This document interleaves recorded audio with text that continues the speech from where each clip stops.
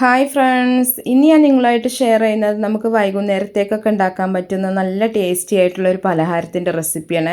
ഇത് കുട്ടികൾക്കും വലിയവർക്കൊക്കെ ഒരുപോലെ ഇഷ്ടപ്പെടും. വളരെ ഈസിയാണ് ഉണ്ടാക്കാൻ. അപ്പോൾ ഇതെങ്ങനെയാണ് നോക്കിയാലോ. ആദ്യം തന്നെ ഞാനൊരു ബൗളിലേക്ക് ഇവിടെ 1/4 കപ്പ് പാൽ ഒഴിച്ചു കൊടുക്കുന്നുണ്ട്. ഞാനിവിടെ കാച്ചി എടുത്തിട്ടുള്ള പാലാണ് എടുത്തിട്ടുള്ളത് കേട്ടോ. കാച്ചാത്ത പാലാണെങ്കിലും കുഴപ്പമൊന്നുമില്ല. ഇനി ഇതിലേക്കൊരു 1/4 കപ്പ് പഞ്ചസാരയും കൂടി ചേർത്തിട്ട് നല്ല പോലെ ഒന്ന് മിക്സ് ചെയ്തെടുക്കുന്നുണ്ട്.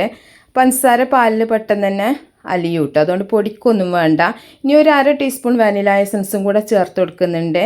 അതുപോലെ തന്നെ 1 ടേബിൾ സ്പൂൺ ഓയിലാണ് ചേർത്തിട്ടുള്ളത്. ഓയിലിന് പകരം നിങ്ങൾക്ക് ബട്ടർ വേണമെങ്കിൽ ചേർത്ത് കൊടുക്കാം. എന്നിട്ട് നല്ലപോലെ ഒന്നും കൂടെ ഒന്ന് മിക്സ് ചെയ്തെടുക്കുക. ഇനി ഇതിലേക്ക് 1 ടീസ്പൂൺ ചെറുനാരങ്ങ നീരാണ് ചേർത്തിട്ടുള്ളത്. ഈ ചെറുനാരങ്ങ നീരും കൂടി ചേർക്കുമ്പോൾ പാലൊന്ന് പിരിയും കേട്ടോ. അപ്പോൾ ഒരു ബട്ടർ മിൽക്കിൻ്റെ ആ ഒരു ഇത് കിട്ടാൻ വേണ്ടിയിട്ടാണ്. ഇനി ഇതിലേക്ക് 1 കപ്പ് മൈദ, 1 കപ്പ് ഫുള്ളായിട്ട് എടുത്തിട്ടുണ്ട്. ഒരു 1/2 ടീസ്പൂൺ ബേക്കിംഗ് പൗഡറാണ്. അതുപോലെ തന്നെ ഒരു 1/4 ടീസ്പൂൺ ബേക്കിംഗ് സോഡ, അതുപോലെ ഒരു നുള്ളു ഉപ്പും കൂടെ ചേർത്തിട്ട് നല്ലപോലെ ഒന്നുകൂടെ മിക്സ് ചെയ്തെടുക്കുക. ഇനി വേണമെന്നുണ്ടെങ്കിൽ നിങ്ങൾക്ക് മൈദയും ഈ ബേക്കിംഗ് പൗഡറെല്ലാം കൂടെ വേറെ ഒന്ന് മിക്സ് ചെയ്തിട്ട് അരിപ്പയിൽ അരിച്ചിട്ട് അങ്ങനെ വേണമെങ്കിലും ചേർക്കുക. ഇങ്ങനെ ആകുമ്പോൾ നമുക്ക് കൂടുതൽ പണിയൊന്നുമില്ല, വളരെ ഈസി ആയിട്ടൊന്ന് ചെയ്തെടുക്കാൻ പറ്റും. എന്നിട്ട് കട്ടയില്ലാണ്ട് നല്ലപോലെ ഒന്ന് മിക്സ് ചെയ്തെടുക്കുക. ഇനി ഇങ്ങനെ ഒന്നിച്ചിടുമ്പോൾ കട്ട കെട്ടിപ്പോവും, അങ്ങനെ ബുദ്ധിമുട്ടാണെന്നുള്ളവർ അരിച്ചെടുത്തിട്ട് ചെയ്താൽ മതി കേട്ടോ. ഇങ്ങനെ ആകുമ്പോൾ കുറച്ചും കൂടെ ഈസിയാണ്. അപ്പോൾ അധികം ആൾക്കും ഇങ്ങനെ ചെയ്യാനൊക്കെ ഉള്ള മടി, പാത്രങ്ങളൊക്കെ ഒരുപാട് കഴുകാണ്ടാവും എന്നുള്ളത് കാരണമാവും. അപ്പോൾ അതുകൊണ്ട് തന്നെ ഇങ്ങനെ ചെയ്യുമ്പോൾ പാത്രമൊന്നും ഒരുപാട് ഉണ്ടാവില്ല.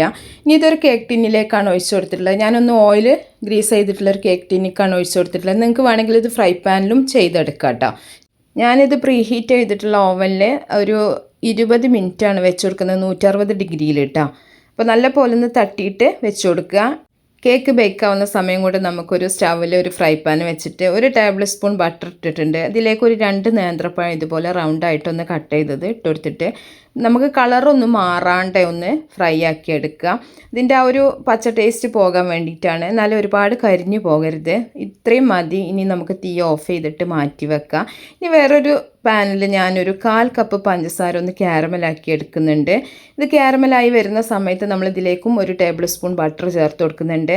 ബട്ടർ ചേർത്ത് കൊടുത്തതിന് ശേഷം നമ്മൾ തീ നന്നായിട്ട് കുറച്ചിട്ട് നമ്മൾ ഒരു 1/4 കപ്പ് പാലും കൂടെ ഇതിലേക്ക് ഒഴിച്ച് കൊടുക്കുന്നുണ്ട് കേട്ടോ. അപ്പോൾ പാൽ ഒഴിച്ച് കൊടുക്കുമ്പോൾ തീ നല്ല പോലെ ഒന്ന് കുറച്ച് വെക്കുക, ഇല്ലയെന്നുണ്ടെങ്കിൽ പാലങ്ങോട്ട് പിരിഞ്ഞു പോവും. അപ്പോൾ നല്ല പോലെ ഒന്ന് മിക്സാക്കി എടുക്കുക. മിക്സാക്കി എടുത്തതിന് ശേഷം നമ്മളിതിലേക്ക് ഒരു 2 ടേബിൾ സ്പൂൺ കണ്ടൻസ്ഡ് മിൽക്കും കൂടെ ഒഴിച്ച് കൊടുക്കുന്നുണ്ട്. മിൽക്കും കൂടെ ഒഴിച്ചിട്ട് നമ്മൾ ഇത് നല്ല പോലെ ഒന്ന് മിക്സാക്കി എടുത്താൽ മതി. അപ്പോൾ ഇത് ചൂടോട് കൂടിയാകുമ്പോൾ കുറച്ച് ലൂസായിട്ടാവും ഉണ്ടാവുക. നമ്മൾ ഫ്രിഡ്ജിൽ വെച്ചിട്ട് കുറച്ചൊന്ന് തണുക്കുകയാണെന്നുണ്ടെങ്കിൽ കുറച്ചും കൂടെ നല്ല കട്ടിയായിട്ടാവും ഉണ്ടാവുക.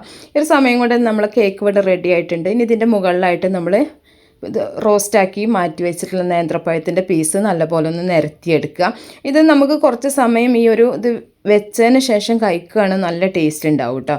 അപ്പോൾ നമ്മൾ ഈ ഒരു ബട്ടർ സ്കോച്ചിൻ്റെ ആ ഒരു സോസ് ഉണ്ടല്ലോ, അത് ഈ കേക്കൊക്കെ നല്ല പോലെ അബ്സോർബ് ആയിട്ടുണ്ടാവും. അപ്പോൾ കഴിക്കുമ്പോൾ നല്ല ടേസ്റ്റ് ആവും. ഇതിപ്പോൾ ഞാൻ ചൂടോട് കൂടി തന്നെയാണ് കാണിക്കുന്നത്. അപ്പോൾ നിങ്ങൾ വെച്ചിട്ട് കഴിക്കുകയാണെന്നുണ്ടെങ്കിൽ കുറച്ചും കൂടെ നല്ല ടേസ്റ്റ് ആവും കേട്ടോ. അപ്പോൾ നമുക്ക് സമയമില്ലാത്ത കാരണം നമ്മൾ ആ ഒരു സമയത്ത് തന്നെ ഇത് ചൂടോട് കൂടി തന്നെ സോസ് ഒഴിക്കുകയാണ്. അപ്പോൾ കുറച്ച് തണുത്ത് കഴിഞ്ഞാൽ അങ്ങനെ അധികം വല്ലാണ്ട് ഇങ്ങനെ ഒലിച്ചിറങ്ങൂല, കുറച്ച് കട്ടിയായിട്ടാവും ഉണ്ടാവുക. അപ്പോൾ എല്ലാവരും ഒന്ന് ട്രൈ ചെയ്തൊക്കെ ഇഷ്ടപ്പെട്ടാൽ ലൈക്ക് ചെയ്യുക, ഷെയർ ചെയ്യുക. അപ്പോൾ നല്ല നല്ല റെസിപ്പികളൊക്കെ ആയിട്ട് നമുക്ക് അടുത്തൊരു വീഡിയോയിൽ കാണാം.